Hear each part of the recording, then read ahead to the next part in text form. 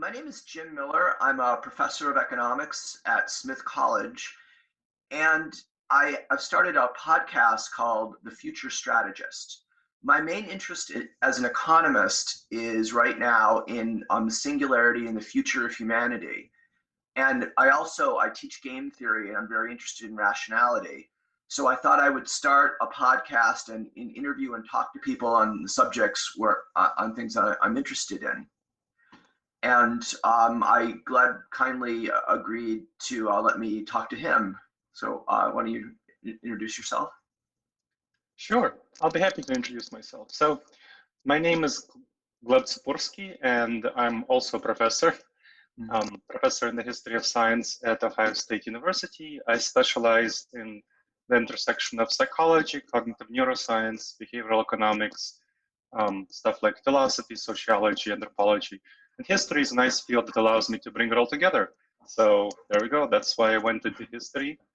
And I'm really interested in rationality myself, and haven't really seen ways of getting out the word to a broad audience about rationality and effective altruism, which is a practice of trying to do the most good with your dollars or donations for the sake of improving the world. So, Intentional Insights is a nonprofit organization that I started with my wife, Agnes Vishnevkin, and she has over 10 years of nonprofit professional expertise. So, I provide more of the content experience, she provides the background management, and we have over 40 volunteers involved who do various things with the organization to get out the word about ways of improving your thinking and ways of giving more effectively in order to achieve your own goals in life. So it's a way of getting rationality and effective altruism, popularizing it to a broad audience. And that's a great thing that we can do in popularization of this stuff. Mm-hmm. And so Jim has kindly invited me on the show to be the first guest he interviews, and I'm really happy to be here. So thank you for the invitation, Jim. And you can find out more about Intentional Insights at intentionalinsights.org. So again, intentionalinsights.org. And both Jim and I decided that we'll start the show by speaking a little bit about ourselves and our path to rationality. So I'll turn it over to Jim right now for him to talk a little bit about himself and how he came to rationality, and then he'll turn it over to me to do the same thing before we launch into the meat of the show. Sure. So stay tuned. Well, I've studied a lot of economics, and of course, economics teaches you how to be rational. What it doesn't teach you, though, is about cognitive biases. So you learn the mathematics, you thought about making decisions on the margin, about avoiding the sunk cost fallacy, and about evaluating decisions. And that's kind of how I was. I study microeconomics because it really sort of fit in with my brain. Then I became very interested in the singularity, and I studied the work of Eliezer Yudkowsky. And he, besides doing a lot of work on the singularity, he started a website, lesswrong.com. And I started following that. And what I got out of that website is looking at how the human brain goes wrong. And I realized that's sort of a very important addition to rationality. It's before, when I just looked at microeconomics, I was kind of taking a straw man Vulcan view of what rational people should do. And then by incorporating cognitive biases, I'm like, okay, these are the kind of mistakes my brain makes, and here are ways that I can correct it. I found it very interesting. And I've also been able to integrate it a lot into my teaching. When I do, for example, when I do the sunk cost fallacy, normally I would just teach it, but now I'm very careful to say, there's some areas in which your brain is not going to do a good job, and this is one of them. So you can't trust your intuition, for example, when you encounter the sunk cost fallacy. And then I make the meta point, it's also very useful to know where you can't trust your intuition, and that'll help you make winning decisions and lead a better life. So how did you get interested in rationality? I wonder if you can explain to people your perspective on singularity and define the sunk costs briefly for viewers who might not know those terms. Okay, well, sure. The singularity refers to a period in the future where we're either going to have extremely intelligent people through genetic engineering probably, or computer chips in our brain, or have machines that are smarter than people. And the idea behind why this is so important is that, we're a little bit smarter than chimps, but that's allowed us to create this entire civilization. If there was something as above us in intelligence as we are from chimps, that'll just radically change everything. And I just looking at the technologies, I think that's something we're likely to achieve in the next 50 years, maybe even the next 20. And this is just, I thought this was like the most important thing ever. And I started looking into that. The sunk cost fallacy refers to people's not wanting to forget about costs they've already incurred. So a good example where you can see where you shouldn't fall into the sunk cost fallacy is, I'll say you're at a restaurant and you buy an expensive dessert. And you know the dessert's not going to be healthy for you, and you know it's expensive, but you think it's going to be worth it because you're going to like the taste. That's an entirely rational decision. You take a bite of the dessert and you're like, oh, I don't like the taste, but you can't return it. Now, a lot of people would say, well, I probably should finish the dessert anyways because I don't want to have wasted my money. But that's a deeply irrational decision. Think about it now. You're finishing the dessert, which you know is going to harm your health and which you won't enjoy, so that you won't have wasted money, but you don't get that money back regardless of whether you finish the dessert or not. So the rational thing to do is to ignore the fact that you've paid for the dessert and optimize your life going forward. But people don't want to do that. Another example of sunk cost fallacy, and my students always laugh when I mention this, is to say, you've been dating someone for several years, but you think you're better off without them. But you say, but if I break up with them, all that time I've spent with them is wasted. The answer is, well, yeah, it's wasted, but it's wasted regardless of whether you stay with them or not. In the political sphere, we see the sunk cost fallacy when, one candidate will say, well, we should pull out of Afghanistan. And someone will say, but all these Americans have died in Afghanistan and we don't want their deaths to be for nothing. And the response is, yeah, it's horrible that they died, but we can't bring them back to life by staying. So that is a sunk cost. It's a horrible sunk cost, but it's still a sunk cost and it should not affect our future decision making. So does that explain it, do you think? Yeah, thank you. That's great. Yeah, thank you for clarifying that for the audience in case, some folks might not know what those are. Yeah, and I have to admit, I sometimes do fall for the dessert sunk cost fallacy. All right, well, let me tell you about my background. So I got into rationality partially from my studies, mainly from my studies. So I was studying, I mentioned psychology, cognitive neuroscience, behavioral economics. I specifically focused on studying how people achieve their long-term goals and find meaning and purpose in life. Kind of those are, what are their emotions in historical contexts? So those were our three areas that I focus a lot on.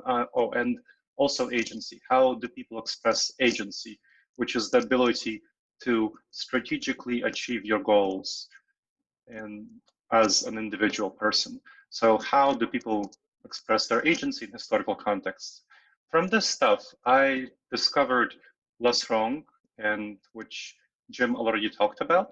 And it's a really good website for people who are, like me and Jim, who are really capable of digging through dense, complicated material and are excited by walls of text. Now, not all the people in the audience here might be excited by walls of text. So keep that. So this is one of the reasons that Jim decided to do the Future Strategist, to talk to people who are less excited by walls of text and really interested in getting information from audio podcasts like this one. And I mentioned that I found that Intentional Insights, it has blogs and videos, books, apps, to convey this information in a broader manner about rationality. And so I really find that rationality helps me improve my life, it helped me in so many areas of life. For example, it helped me, I used to have, or I still struggle with obsessive and compulsive eating, but rationality has really helped me notice my eating problems and get a hold of them, get a grip of them. So now I am not there's something called emotional reasoning, and it's something Jim will talk more about on this podcast, but there are two systems of human thinking, roughly speaking, system one and system two. And system one is the emotional system. It's much bigger, more powerful than the system two, which is your intentional and rational system. But your intentional and rational system of thinking, it's slower, it's more effortful to use, but it's strategic and long-term oriented. Whereas your system one is very in the moment and very powerful. Your system two can over time train your system one to do what it wants um, in the long term, so over time. So I used my system two, and I'm still using it, to retrain my system one to not desire those desserts that Jim was talking about so much, and consider splitting them with a friend instead of eating the whole one myself, or even not getting it if I feel full. And if I do choose to get a dessert, to eat it slowly and mindfully and not gobble it down. So that's mindfulness is another good strategy for building your rationality, as it allows you, research has shown that it allows you time to turn on your more rational system two, as opposed to the more instinctive emotional system one. So mindfulness gets you that space, that distance that you need to make more rational, intentional decisions. So that's interesting. So you can imagine if someone has like a small amount of willpower, they don't have enough willpower to say, I'm not going to eat the dessert at all, but they might have enough willpower to say, I'll eat it just slowly. But then once you start eating it slowly, it's time, other subsystems of your brain can kick in to say, oh, come on, don't finish it.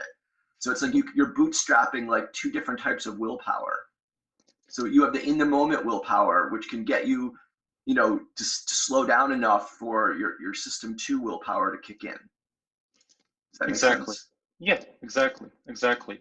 And it's willpower is not, research shows that willpower is not kind of just a one sort of thing. It's a combination of practiced behaviors. We do have a focus that we need, kind of mental cycles that's empowers willpower. But willpower involves getting discipline, involves training a many small behaviors that allow you to become more disciplined and self-managed over time.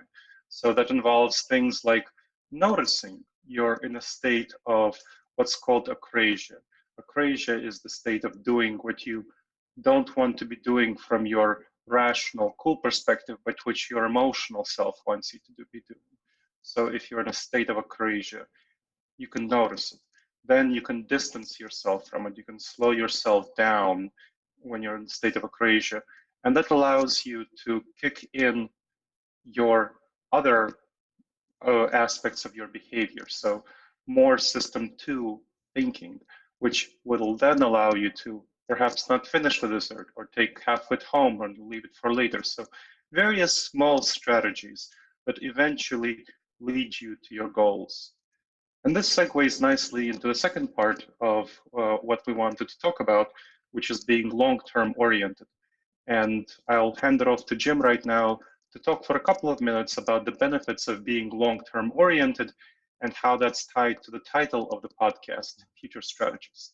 So, go ahead, Jim. Sure. Well, first, let me take it even one more step back and why we have trouble being long-term oriented. Mm-hmm. I'm a really big fan of evolutionary psychology, that we have caveman brains, but we live in a modern world, and there's a big disconnect. So evolution, operates slowly. It hasn't had nearly enough time to adopt us to the modern world. Now, if you're a caveman, there's limited value to thinking about the very long term, right? You can't store food. You're not going to keep money in the bank. It makes sense in terms of friends to cultivate friends for the long term, but it doesn't make sense to do a lot of long-term planning. Certainly a caveman who's giving all of his thought to the long term, if there's limited thinking resources, he's more likely to be attacked by a lion compared to the guy who's always in the now. So suddenly we move to the modern world, and now there's enormous value to being long-term oriented. I mean, this the magic of compound interest rates, through being able to study something, going to college. So when you're much older, you'll have these skill sets. to worrying about your health, to not smoke when you're in your 20s because that increases the chance of you dying of lung cancer in your 70s, or to exercise now thinking, well, the benefit to me will come over the next 30 years. So there's enormous benefits to being long-term oriented, but it's not deep in our brains. Our brains don't react that way, the way they would react to, say, a fear of lions. And so you kind of have to step back from, most people have to think about, force themselves to try to be more long-term oriented. And I think a lot of success in the modern world comes from people who are long-term oriented and people who aren't. The teenagers who aren't long-term oriented, they don't study in high school, they abuse drugs, they end up in jail, they don't go to college. And the people who are long-term oriented, they're doing much better in the world. So this is extraordinarily important to try to get your children to be more long-term oriented. I struggle with it with my son. I'm not quite sure of what to do. So that's part of how you can succeed. And I think then we apply it in terms of charity. This is where the title of my podcast comes from in part. I think there's an excellent chance that our species isn't going to survive. I think that we're probably going to destroy ourselves or fall into some kind of trap. And in a saner world, this would be the primary focus of most public policy. Because the difference between us surviving and not is if we survive, we can go on to colonize other planets and we can spread out and go until the end of the universe. And if we destroy ourselves, that's it. And we might be alone, the only intelligent life form in our part of the universe. So the stakes are enormous, but people aren't really worried about that. And just, nudging, I know I'm not going to have a big effect on this, but if I could just nudge it a teeny little bit and slightly increase the odds of our species surviving, even by 1 in a billion, that's a worthy lifetime goal. That's a worthy thing to have done in my life. That's really inspiring, Jim. Oh, thank you. I think that's a really great statement, and I think that really encapsulates very well why the podcast is called Future Strategist. That's a very strategic and intentional view of the future. And one of the reasons that Jim invited me to speak here is because I'm a specialist in goal research and how we achieve our goals. So Jim spoke kind of from a broad human perspective. Let me speak now from an individual perspective. He also talked about the perspective of individuals, but let me speak a little bit about the science of of goal achievement and what it shows about how we achieve our goals. So it basically shows that if you want to achieve your own goals, if you want to succeed in life, you want to very much determine what your long-term goals are. So the first step to succeeding in life is actually defining your long-term goals. And research shows that people who have clear long-term goals are statistically much more likely to succeed in life. They're much more likely by a whole range of metrics. Their well-being, in terms of their happiness, their physical health, their emotional health, their financial health, their relationships, whatever metric you want to use, people are going to be more successful, much more successful. Let me not say much, that's a fuzzy term. Statistically, significantly, quite a bit more successful if they define their long-term goals. And long-term goals intersects with meaning and purpose in life. So your long-term goals shouldn't be, build a house or get this job. It would be defining what drives you in your everyday life activities. And scholarship on meaning and purpose, and I'm a specialist in meaning and purpose, describes the sense of meaning and purpose as that overarching, aspiring, long-term goal or set of goals that drives your everyday activities.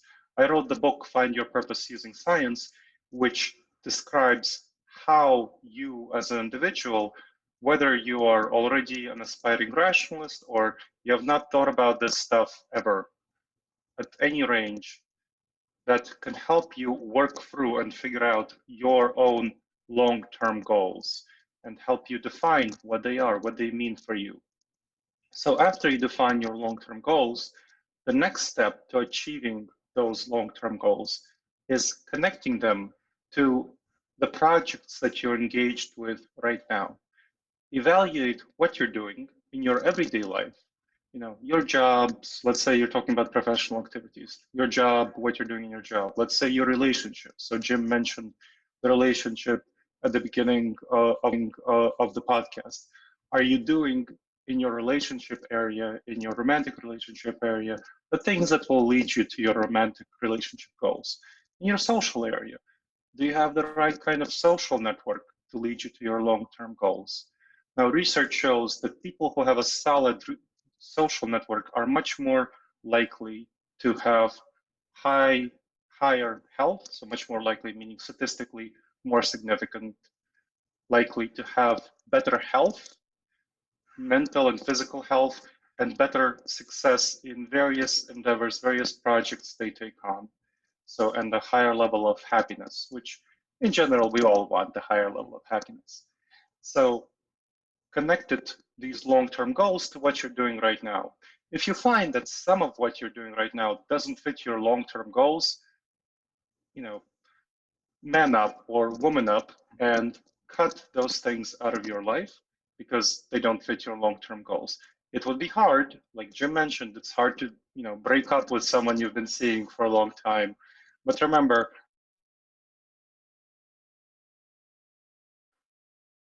and that person will not be right for you. If you determine that, that's up to you. Same thing for your job. Many people, another sunken cost fallacy problem is that people stay in dead-end jobs way too long. They just stay in that job. They don't try to find any other job. They don't try to, they just want to be safe.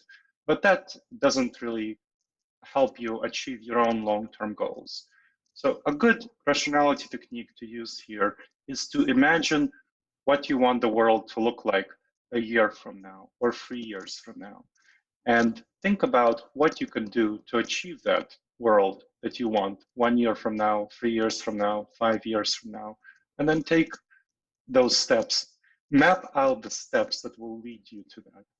Now, that will both give you clarity and help motivate you. And that's what the research says. Other things that will help you achieve your long-term goals are writing down what your goals are going to be. So write them down, have a journal, have an electronic document, whatever you want, any sort of system that will let you write down your goals.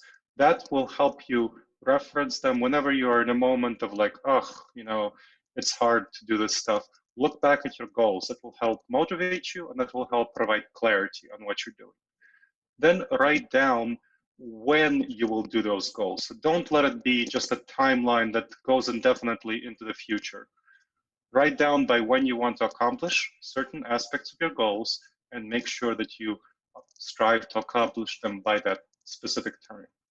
And then write down what support you will have from your friends, from your family, from other things to accomplish those goals.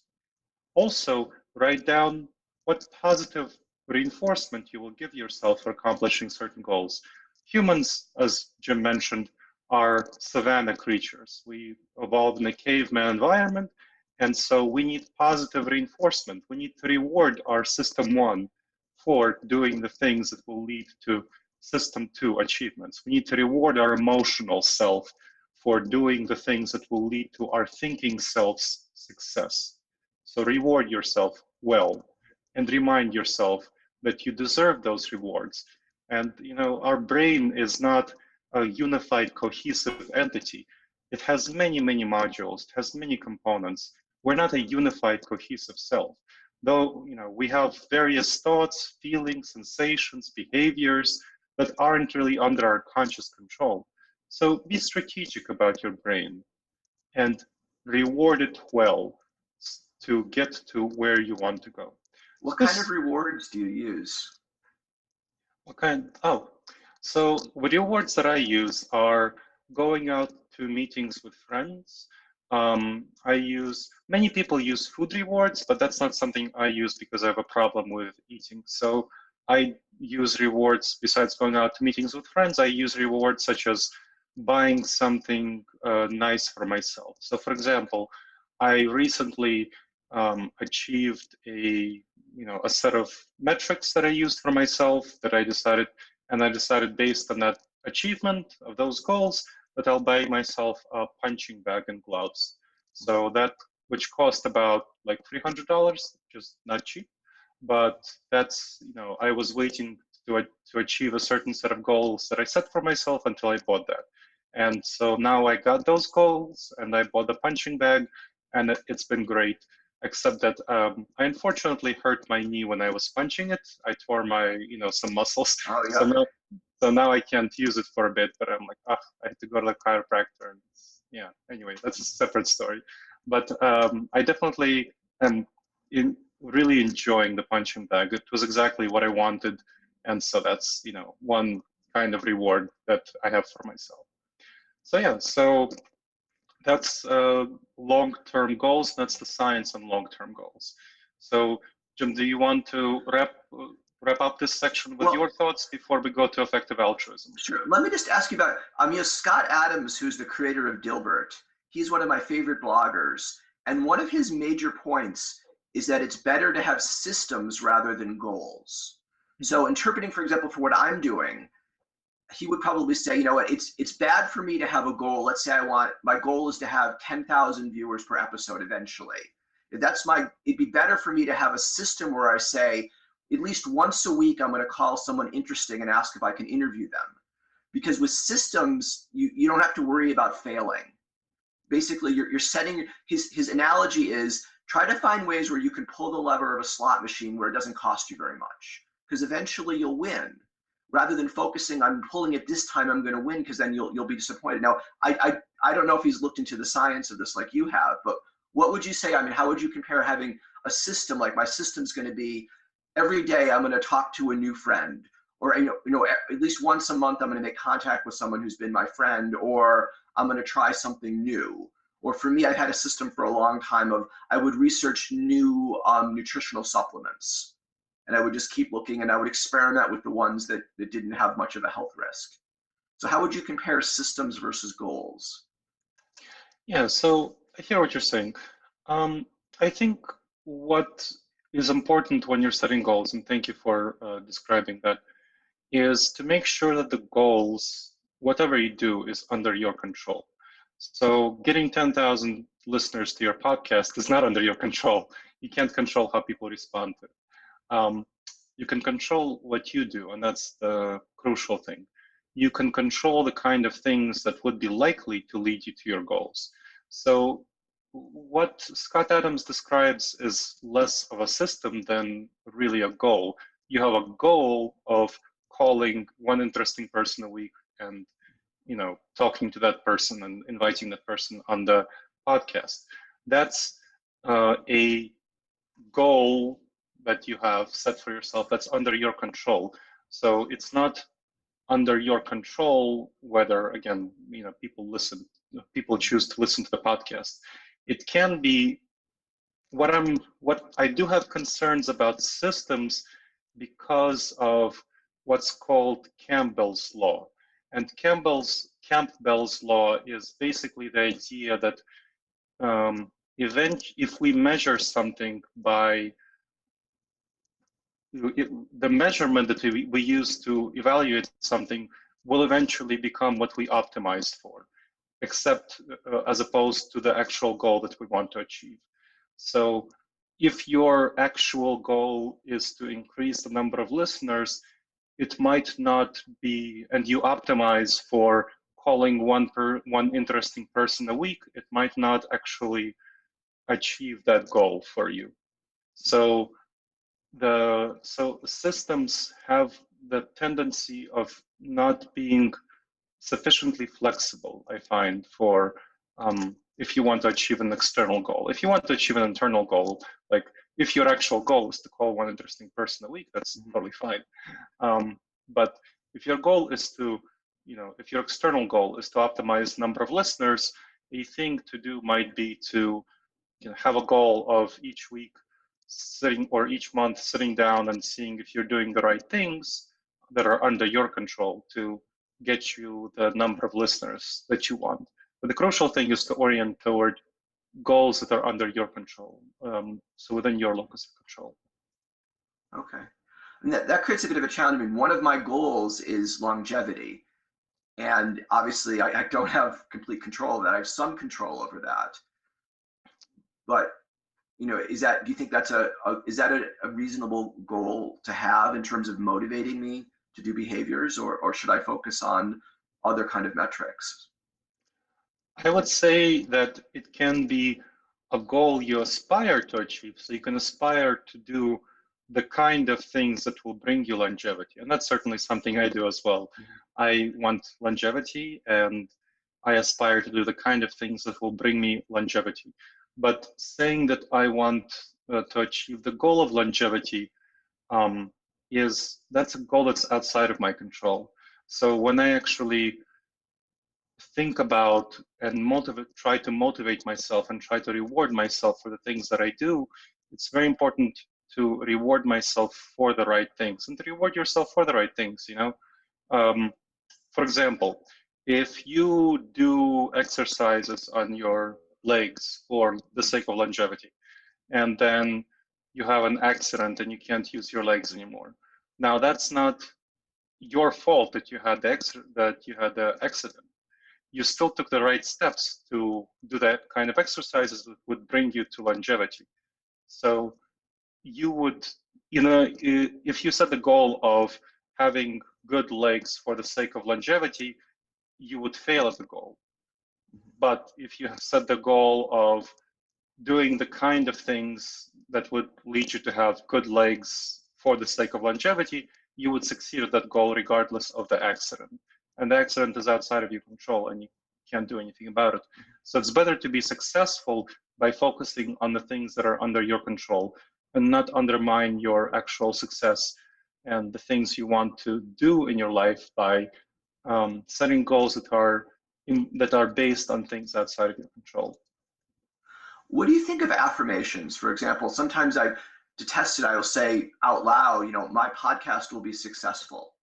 Mm-hmm. I mean, the cost, of course, is extremely low. And the non-magical theory behind it would be by saying it out loud, systems of my brain will hear it, and they might start working on ideas for making it more successful. So I might be more likely to get, you know, good thoughts of what I could do with my podcast. Or if I say I will live a long time, it's telling my brain I'm going to live a long time. And so systems of my brain will be more able to reject the unhealthy dessert, and it will be more tolerant of enduring pain when I'm exercising. Do you think affirmations are a good strategy for achieving goals? Yeah, thank you for asking that question. That's a thing I actually talked about with a fellow rationalist, Max Harms, who, by the way, if you want to check him out, he's a fellow Intentional Insights volunteer. He writes in Probabilistic Thinking at intentionalinsights.org. He also wrote the book called Crystal Society about artificial intelligence, which Eliezer Yudkowsky recommended very highly as like a really great fiction about artificial intelligence. It's the first fiction about artificial intelligence actually written from the perspective of an AI that develops. So really interesting stuff. And I talked to him about this very question about affirmations. And what we figured out is that there will be an aspect of it depends on how affirmations are worded. So saying my podcast will be successful, or anything like that, or I will live for a long time, triggers also a self-critic inside the brain that says, how do you know that? Is that true? Is that accurate? One of the things that a rationalist, that's a fundamental rationalist strategy, is to ask yourself whenever you hear something to consider the alternative, to consider whether the alternative is true, because our brains tend to have a failure mode where we intuitively accept truth claims that are stated out loud that we get, and that is really problematic, even from the perspective, Jim mentioned what politicians say when they say things like, blank is blank, or let's say there's no global warming. Now, the scientific evidence overwhelmingly points to global warming. But when someone says there is no global warming and they repeat it sufficiently, our brains tend to believe that because of a cognitive bias, a thinking error called the mere exposure effect. The mere exposure effect is a thinking error that leads to us believing information that has been repeated to us often. And because that information, we get ease with that information, it feels true even though it isn't.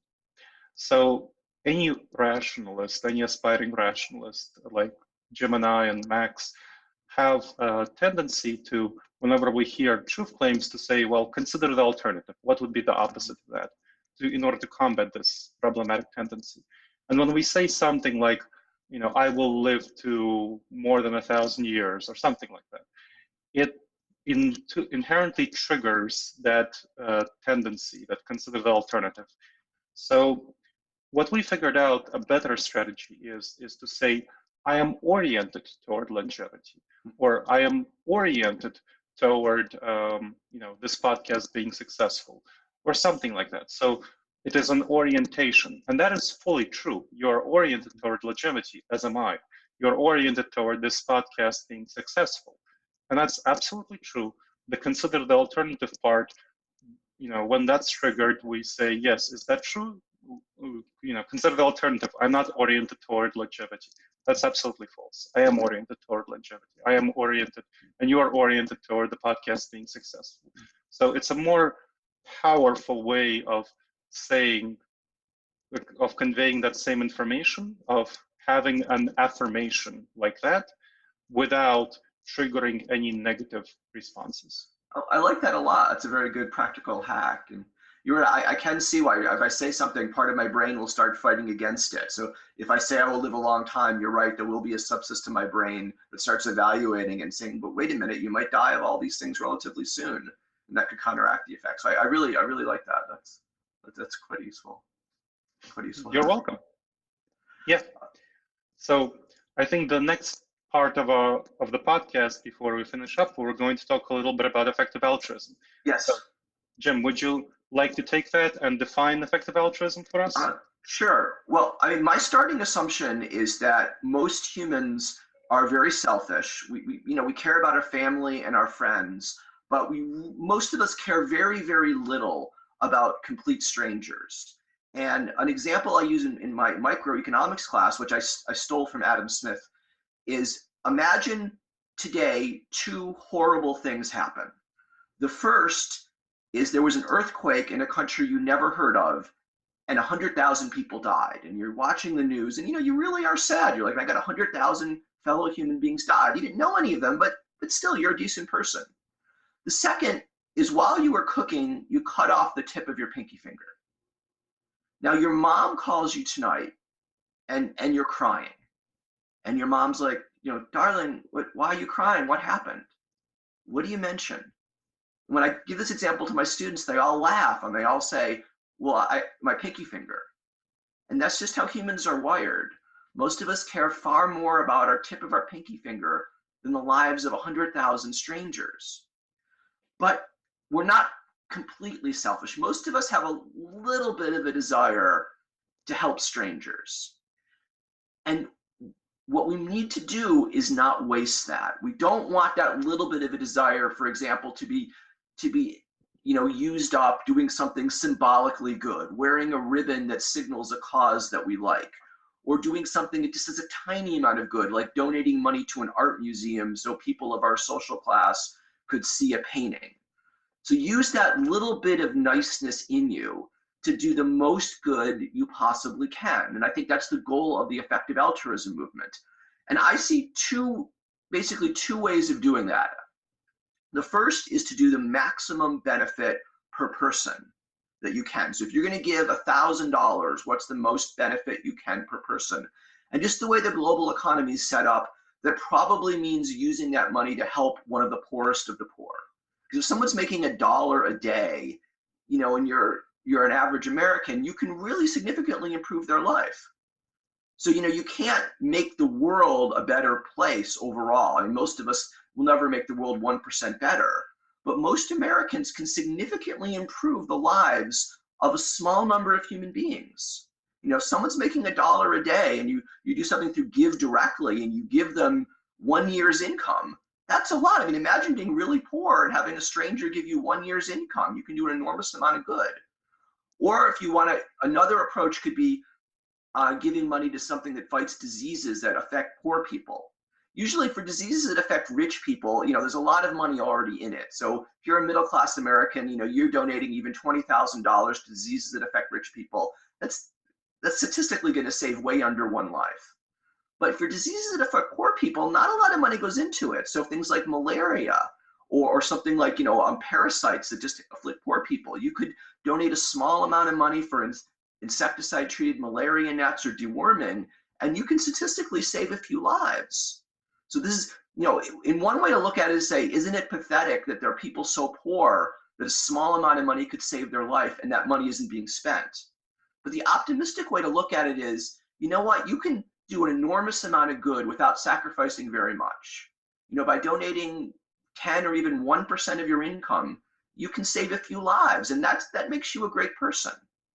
Now, the other way of looking at EA, and this is how I tend to look at it, is to say, well, there are things that might destroy our entire species, and that would be so bad that just slightly reducing the chance of us destroying ourselves, that swamps everything else.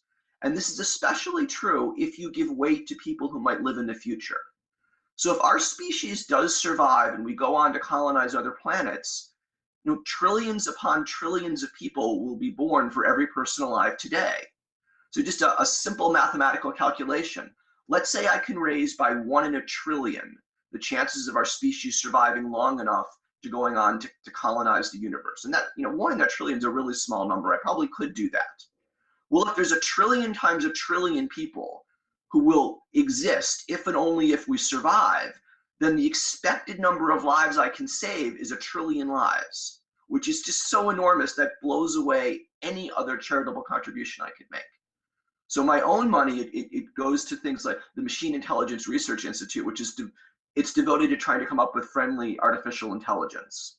And I'm sure there's other good charities. I just happen, because of my last book, I know a lot about them, and I trust that they're being well run, that the charity is run basically by Eliezer Yudkowsky. So I donate the small amount of money I donate to charity to that organization. I also figure some of my scholarship is kind of charitable-like because it spreads the word about this. And since my department, unfortunately, doesn't really like my research on the singularity, it kind of is more of a charitable donation than work, since I don't really get work credit for it. But I have tenure, so the cost isn't all that high for me, but it's a little bit there. So, but what do you think? What do you think about the difference of donating to help like poor Africans versus working on existential risks? Cool. Thank you for the introduction of effective altruism. I'm gonna speak a little bit about some other areas of effective altruism and then get to the question. I think it's a really interesting question. So yeah, as Jim mentioned, effective altruism is an actual movement within, and there are thousands and thousands of people who are really passionate about really doing the most good per dollar. That's the point of effective altruism, really being evaluative and figuring out how we can do the most good per dollar. We often don't think very carefully about how we spend our charitable money. Americans give on average about 3.5% of their income to charity. About 2/3 of that goes to religious organizations, and 1/3 of that goes to other organizations. So if we, and that's billions and billions and billions of dollars.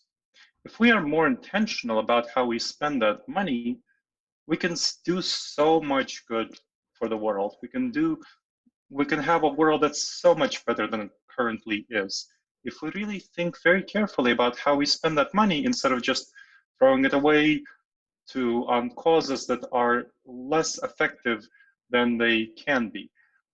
So here's a recent example I wrote about in Time magazine. So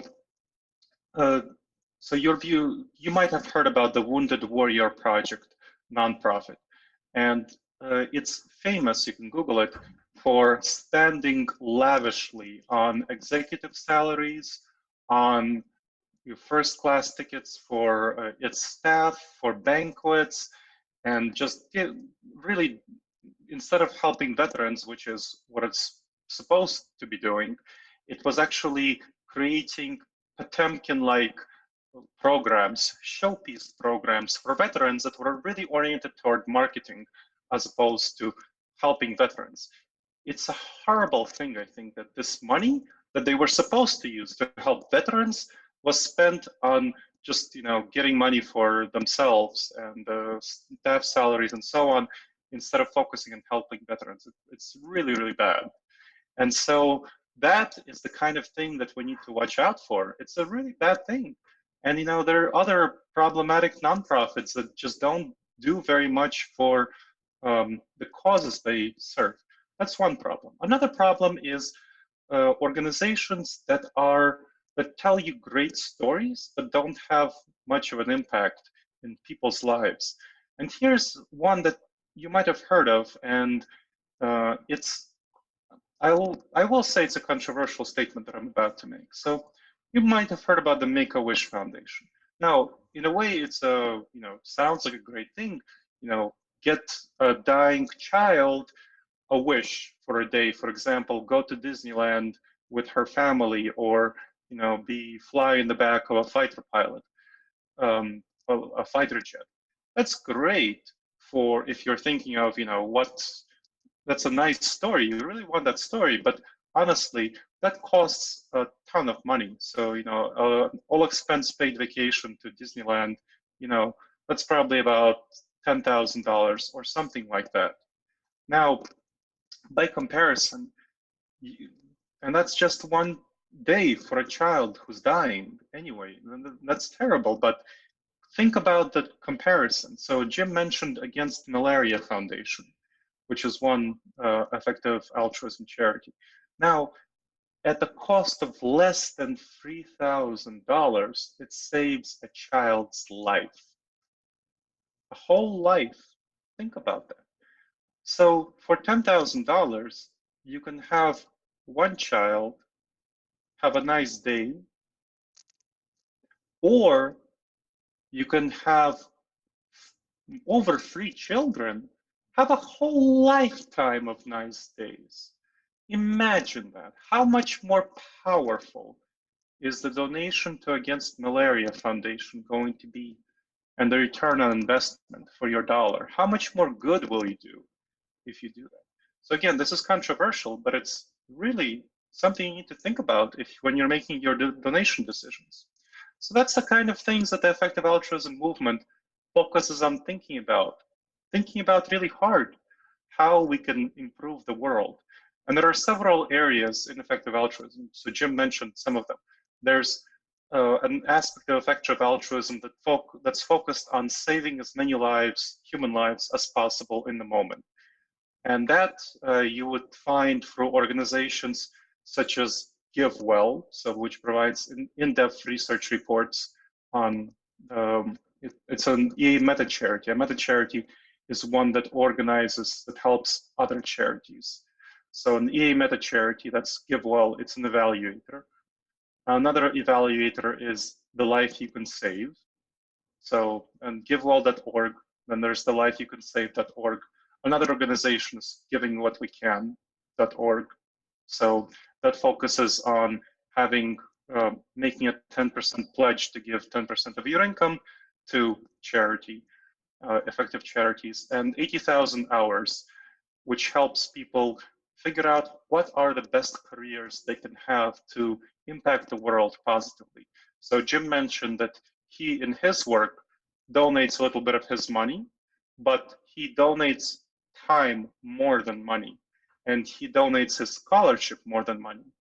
That's something I do as well with Intentional Insights. I don't get much credit at all for scholarly credit for running Intentional Insights or for publishing articles and time on this stuff. So I donate a lot of my time to EA charities, to EA causes. Now, Intentional Insights itself is an EA meta-charity devoted to popularizing and spreading the message about EA broadly. And so this podcast is one way of doing that. And so Jim mentioned Against Malaria Foundation, that's an important one. Give Directly is another really important one. Just want to give a little bit more context on what it does. What Give Directly does is it transfers money directly from you to poor people in Kenya.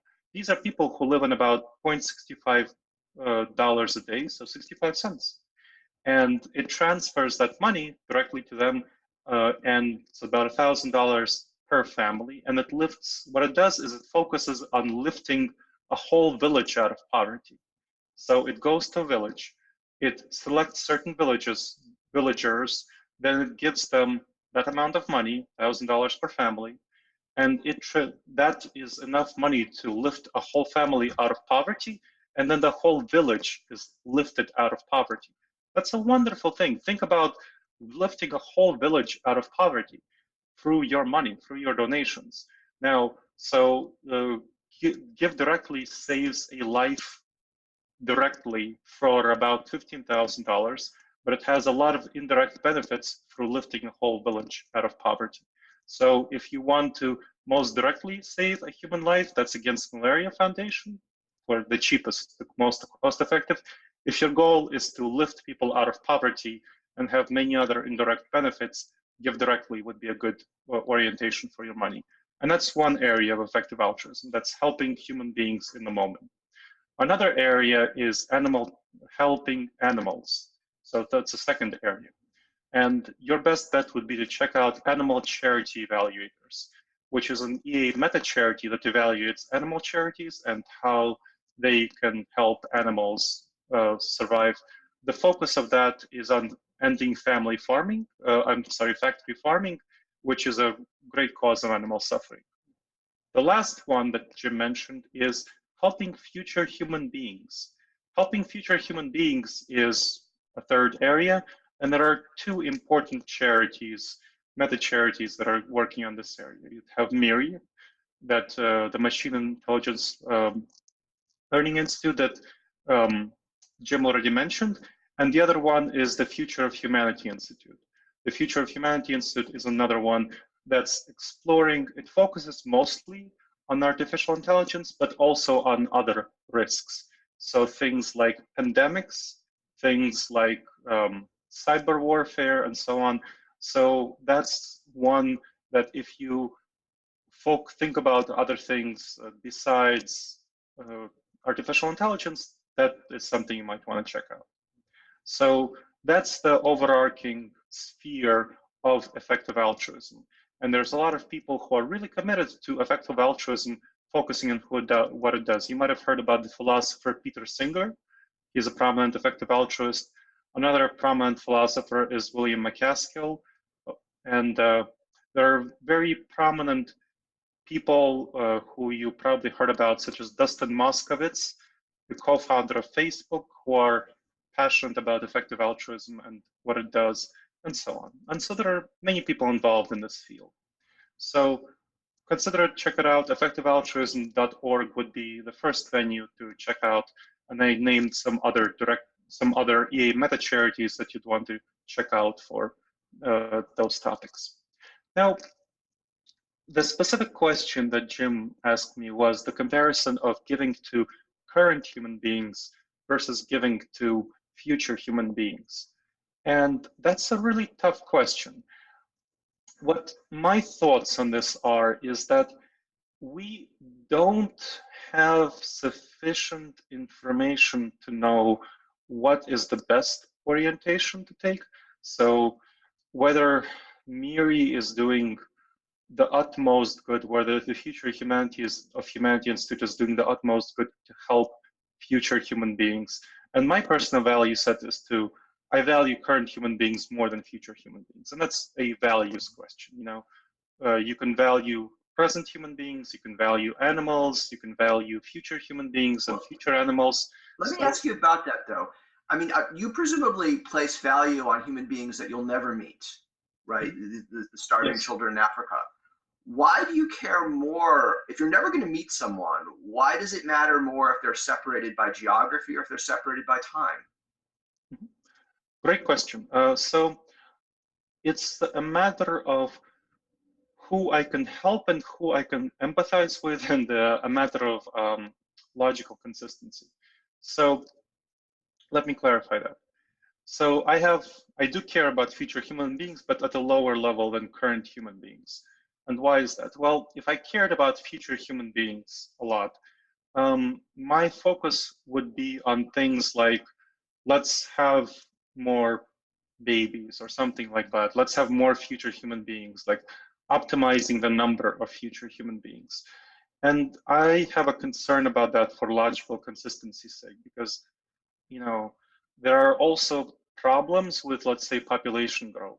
So something that's an area I'm concerned about, population growth and how we will feed a lot of people.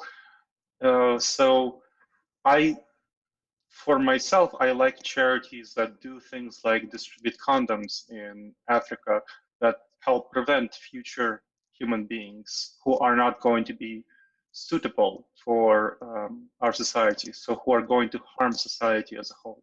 So for logical consistency, if I cared about future human beings and their existence, then it would be somewhat logically inconsistent for me to support population limitation efforts. Now, I want to help current human beings, which is why I support things like Give Directly and Against Malaria Foundation, but I also am concerned about human society as a whole, and the societies in Africa and so on, in a number of countries in Africa, and shouldn't say all African countries, but in a number of countries in Africa, they are overpopulated. They have too many people. So that's a concern I have. So that's, yeah. Let me ask you a difficult question. Now, as I'm sure you'd agree, the hardest thing to do as a rationalist is to change your mind in response to new information. That's what you're supposed to do. Mm-hmm. Probably the biggest scientific breakthrough of the last few years has been gene editing technology of CRISPR. And that apparently is going to make it much, much easier to grow a lot of food. So have you updated these beliefs in the last few years, saying to yourself, you know what, overpopulation, it's not as big a deal now. It's not as big a concern now as I would think it would have been 5 years ago, because we have this great new technology. So have you changed your views? I mean, most people don't change their views, so you wouldn't be, it's not exceptional if you haven't. But has this new gene editing technology caused you to change your views and give more weight to, yeah, there should be more people, at least more than I previously thought? Yeah, I hear what you're saying. So it's, I have never been concerned about the food issue so much. I'm not a Malthusianist, so I'm not actually concerned. I mean, the United States actually destroys some food that it could ship overseas. We can always grow more food. I'm much more concerned about infrastructure. So the availability of infrastructure, spread of diseases, pandemics, shanty towns are a huge problem in a number of countries across Latin America and especially Africa. And they exist because people move from rural areas where they can't support themselves to cities, and they can't find the kind of jobs that would be necessary to support themselves. Then, there's a problem of, not a problem, I mean, there's an issue of people migrating to developed countries to find jobs. And then, what do you do in terms of open borders? How do you handle that? I think in some countries, there is an overpopulation, and it's not, for me, about food issues. It is about things like, how do you develop the infrastructure? I actually have updated my beliefs on this topic after reading some analysis by GiveWell on overpopulation, and I was not so sure about supporting Against Malaria Foundation Give Directly before reading these materials, which showed that overpopulation is not as much a concern as I had previously thought. So this is something I updated my mind on within the last couple of years after reading some information by GiveWell. I don't think overpopulation is likely to be a problem, because I see a lot of new technologies, or technologies that have high fixed costs but low marginal costs. That means it's like software where it takes a lot of time to get the first copy, but once you have the first copy, it's really cheap to make multiple copies.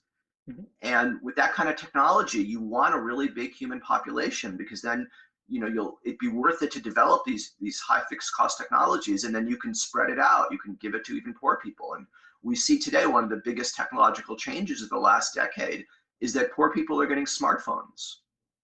And I think we're going to see more kind of applications of this. So I actually think the world is underpopulated.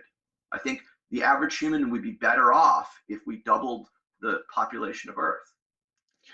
I think I would agree with you in the future when those technologies are more available.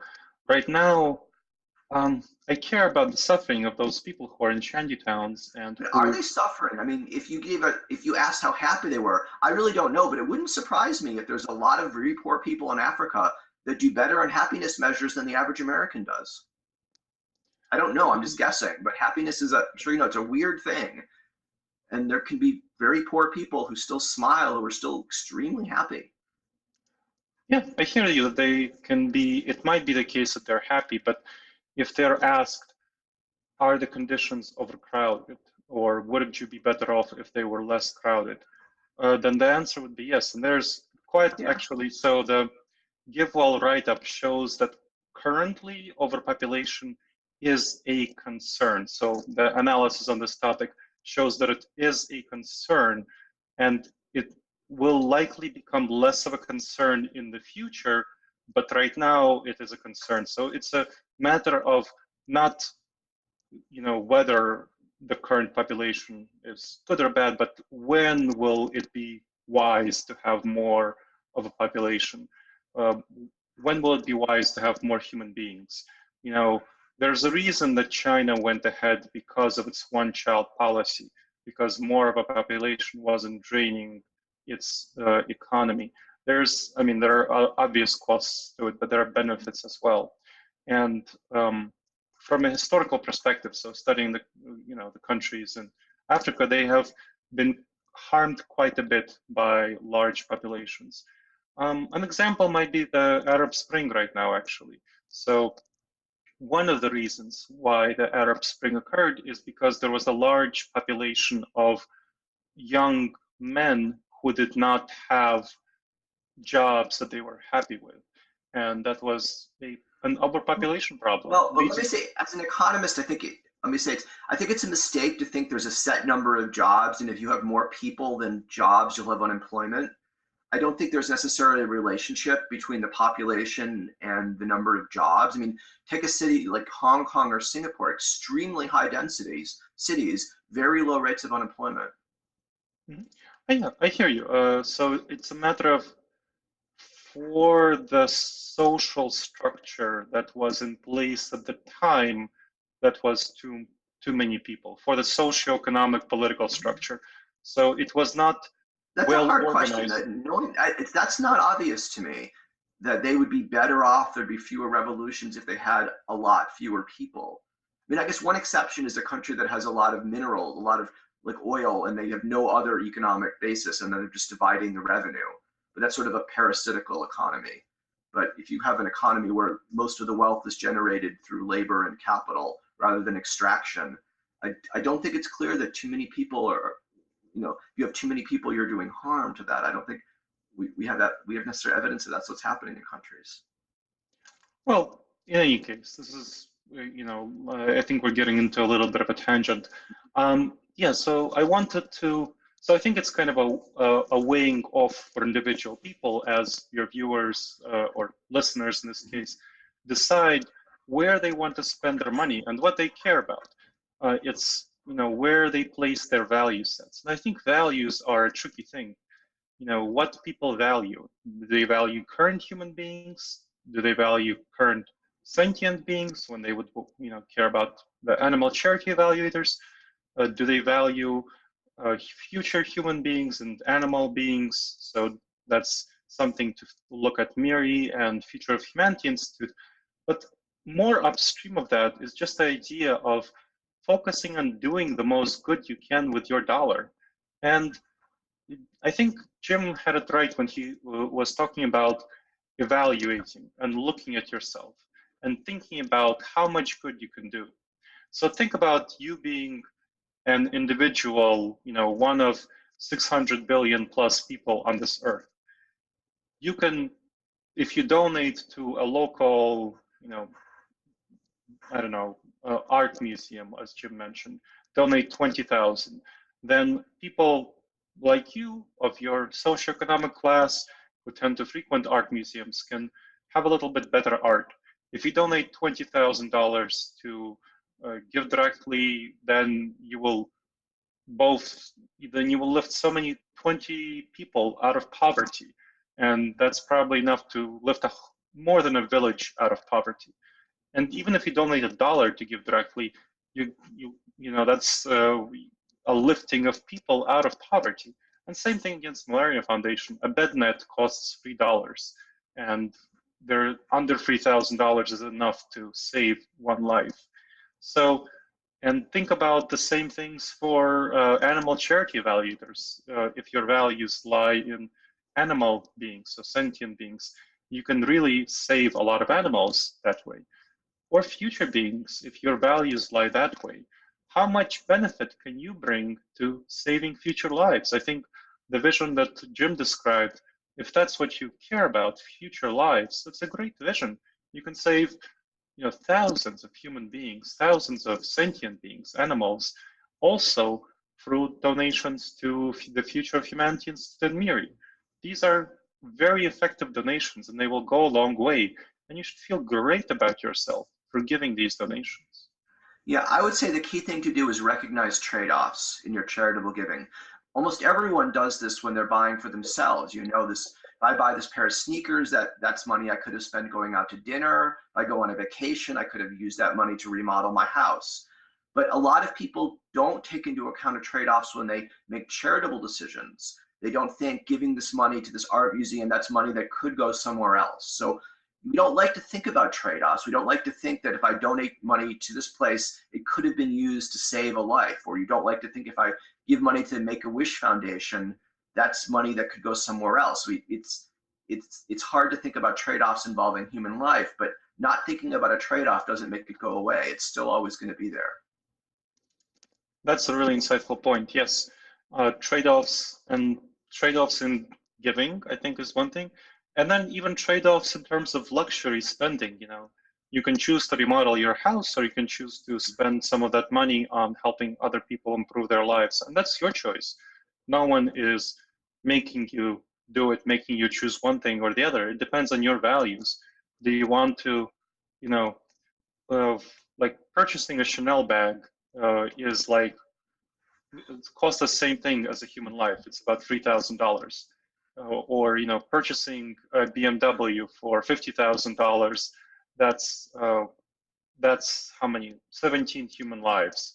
So Yeah, think about that. Think about it in those terms. You can also purchase a less fancy luxury car and use the difference to save human lives. If you purchase, a Ford or a Toyota, Fit, that's $20,000. So that's $30,000 difference, and you can purchase a Toyota Fit and also 10 lives if you donate that to Against Malaria Foundation, or lifting a whole village out of poverty if you give directly. What you're saying is completely accurate. It's also emotionally disturbing when you start measuring everything you buy in terms of African children, and it's hard to accept that, even though it is true.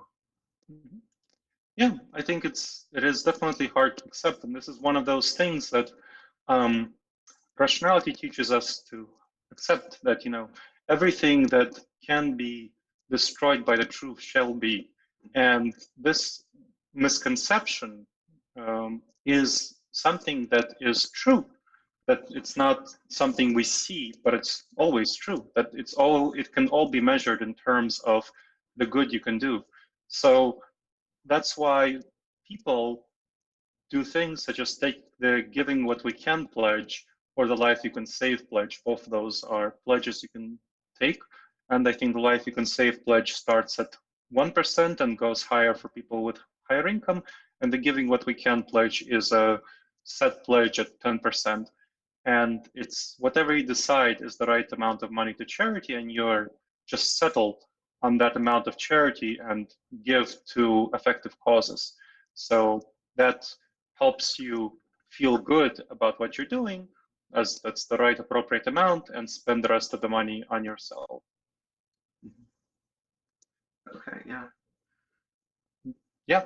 So I think right now we wanted to go orient toward wrapping up, and Jim and I are going to share about what we learned and what we thought about this conversation, and then we'll close off. So I can start. I thought that this was a really good conversation to learn, um, to discuss various aspects of charity and think about being strategic in the long term. I like the examples that Jim provided from his economic background. I like the sunken costs fallacy with the cake. I haven't thought of it with a dessert. I haven't thought about it in that way, and that will be helpful for me, a helpful way of thinking about things. More broadly, I liked his numeracy approach, his mathematical approach to counting things. Um, Being aware of the value of shifting the likelihood of human survival by 1 in a billion. That's a really powerful way of thinking about it, because there are 6 billion people in the world right now. And so even if you apply it uh, to the current society, and you think that you're likely to make a difference of 1 in a billion, well, that's six times more than the average Joe on the street, let's say. So you're 6 times, you can, if you value that, you can call yourself 6 times better than the average person on the street, if you think of it in those, if you value the survival of the human civilization. And just thinking in terms of the true, the thousands and thousands of people you can save in the future, that's also a valuable way of thinking about it. So just think about the difference that your efforts make in mathematical terms. I think that's helpful and reveals Jim's mathematical economic perspective that I found helpful for me. So thank you, Jim. Okay, well, thank you. I've also enjoyed the conversation. What was most useful to me personally about it was your hack for affirmations, where and instead of my saying, I will be healthy, I should say I will be oriented towards health. And this way I'm not lying to myself, but I'm still signaling to my brain of what I want it to do. And so when I'm sleeping, my brain will be thinking about ways of making me healthy without thinking like, oh, is he really being honest with me when he's claiming something that he knows might not actually be true. And I appreciate you explaining your organization. It's very brave of you. You're not tenured yet, are you? So No. those outside of academia don't realize this is a real big sacrifice. I mean, for me as a tenured professor to start a podcast is, there's very little cost. But for you to start a whole organization where you don't have tenure, that you're really, there's a large expected sacrifice there, and I congratulate you on what you're doing, and I admire your courage. Thank you very much, Jim. Yeah, I think that to me, when I thought this through, I thought about what world do I want to live in? Do I want to live in a world where I want to wait 7 years for tenure? Or do I want to live in a world where I start this now? And the kind of difference in the world that I can make by starting it now. I mean, if I can get word out about rationality and effective altruism, and thinking about these things more effectively to a broad audience now, then I want to do that. And I want to put my efforts into these areas. And it's a trade-off, as Jim mentioned, as all trade-offs are. And I'm taking a risk, and I recognize that. But the benefit, of getting a piece published in Time magazine and letting a lot of folks know about this stuff, or doing these podcasts, and doing this work in general, that is my way of being an effective altruist. Yeah, and I think for a lot of people, we live in systems where we recognize there's socially crazy incentives, like in academia, writing an article, publishing it in an obscure magazine, but it's an academic, article that no one will read. That counts for far more in our profession than getting something published in a top magazine. That's just ridiculous and insane. But most people, especially untenured people, play along with the system. They'd rather put 1,000 hours into an article they know no one will ever read if they can put peer reviewed than get an article somewhere where lots of people will read. And I admire you for saying, no, I'm going to do what's socially efficient. And this is something people can generalize. Think with almost all jobs, there's stuff that you're doing that is just kind of crazy. Maybe you don't want to lose your job, but maybe there's ways you can do it. Just occasionally I'll do what's right in my job.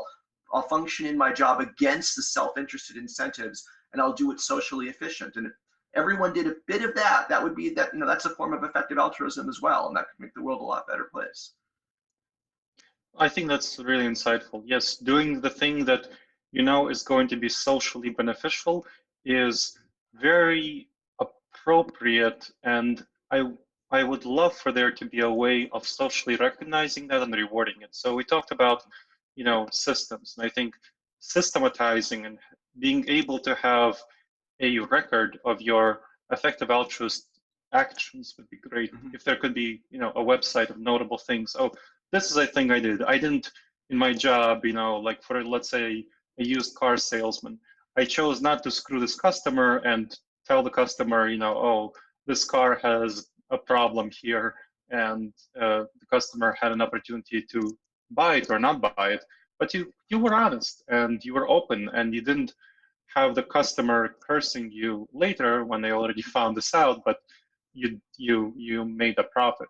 So this is, and there are so many other instances where you can just be honest in your job and more socially efficient. So orient toward the benefit of the social good. It would be great if this could be recognized and this could be talked about. Yeah, I Yeah. agree. Okay, well, thank you. It's been a very enjoyable conversation. Thank you as well, Jim. I really appreciated talking to you, and congratulations on the first episode of Future Strategist. Okay.